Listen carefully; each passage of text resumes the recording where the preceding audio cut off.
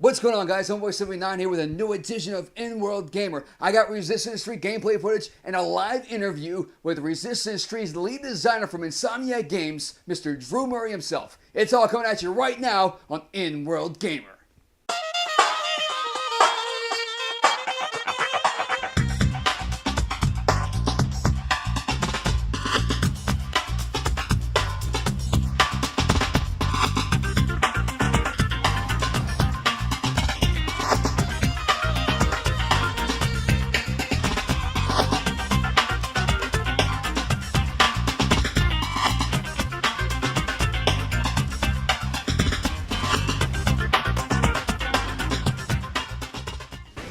Hi, I'm Drew Murray. I'm the lead designer at Insomniac Games for Resistance 3, and you're watching In-World Gamer.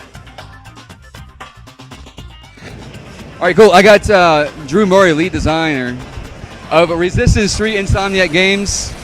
I love this game. It's beautiful. It's fantastic. Can you tell me a little bit about it?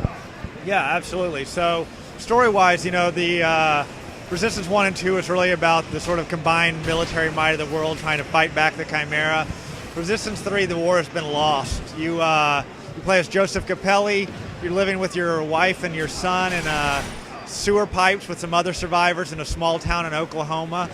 And Dr. Malikov from Resistance 2 shows up with a plan for closing the wormhole that was opened up at the end of that game and trying to convince you to come to New York. Unfortunately, he dragged or brought the Chimera with him.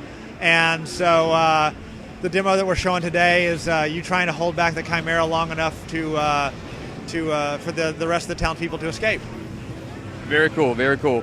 Now, we're watching this show. We're watching the game right now, and it's clearly stunning. The graphics look better. The gameplay looks better. The Chimera look better. They got more Chimera. They got different Chimera. Some new Chimera characters. We've got some new enemies. We've got one of the enemies that shows up a little bit later in this level is the long legs. They kind of have these long grasshopper-like legs, so they can jump like 50, 60 feet in the air, come in from any direction, and once they're in an arena, they're bouncing all over the place. It's a great time to use the bullseye tag on them so that create that tether, so wherever they're bouncing around, all your shots are flying right to them. Very cool, very cool. Now, it's in 3D.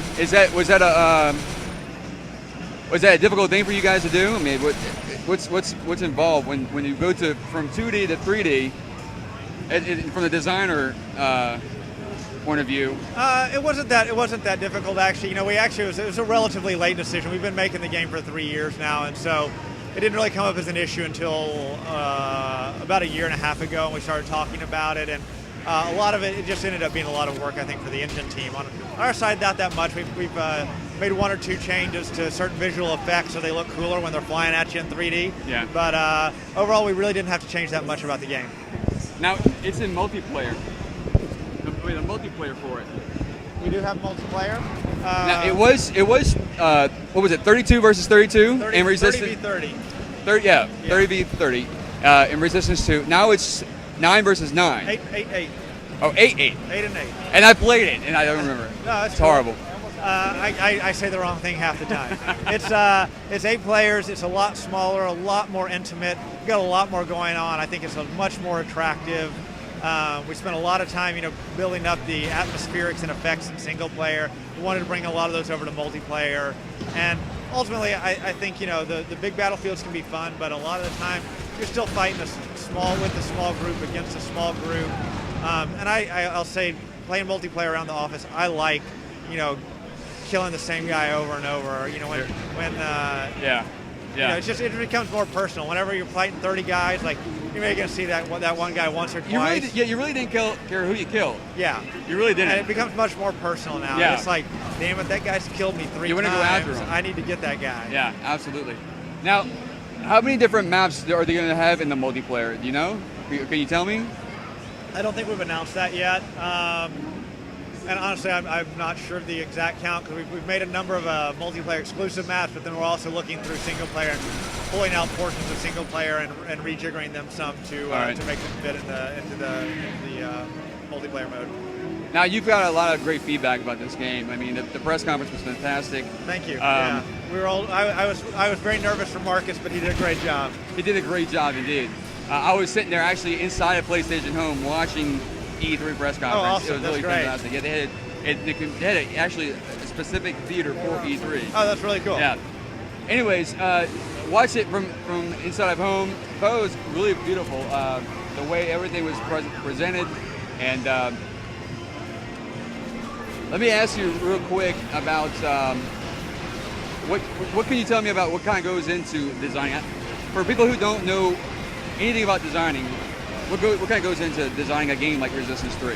A lot. It's such a big game. I mean, on the single player side, like making levels, starts off with just kind of coming up with the overall story, the overall idea for a level. Then we start figuring out what enemies we're going to introduce in that level, what weapons we're going to introduce in that level. The designers start out on 2D, on graph paper, kind of sketching out ideas, then roughing out some sort of simple block shapes in the editor. We'll get in some enemies, start playing it. Once we get it where we think it's pretty fun, then we hand it off to the artists. At that point, it's sort of a back and forth process where they're just making it look beautiful. At that point, it's just a lot of iteration, a lot of play testing. You get in and you're building these things, and you're so used to them that you know exactly what's going to happen. And a lot of times, you're really surprised when you get somebody who's never seen the game. They get in and they're looking the wrong way half the time, and it's like that just means you're doing something wrong, not that they're doing something wrong. And so, a lot of play testing, a lot of iteration, changing things as many times as we can. And we bring in, we have informal playtest in Insomniac where we'll get people who aren't working on the project or aren't working on a particular level to come over and play it. We go up to Sony Foster City all the time and do playtests with people who have no connection to the game at all. And really, it just comes down to iterating. And we added an extra year of production on Resistance 3, a third year, and it's made all the difference in the world. It looks like it did make all the difference in the world. I mean, the game, like I said, is just phenomenal. The aesthetics are just mind-blowing. Thanks, man. Just mind-blowing. So, I'll tell you, with at the beginning of the game, some of the lead artists got together with the engine team. They set up a budget for us to make sure we had a lot of space for the atmospherics and particle effects and weather and all the effects from the guns. So we were a lot tighter on that, and it just made sure we had room to really put that level of polish on top whenever we were done. Fantastic. Well, Drew, thanks so much. Thank Appreciate you, man. it. I'm looking forward to it. Yeah, September 6th worldwide. Pick it up. Pick it up. Pick it up. That's it.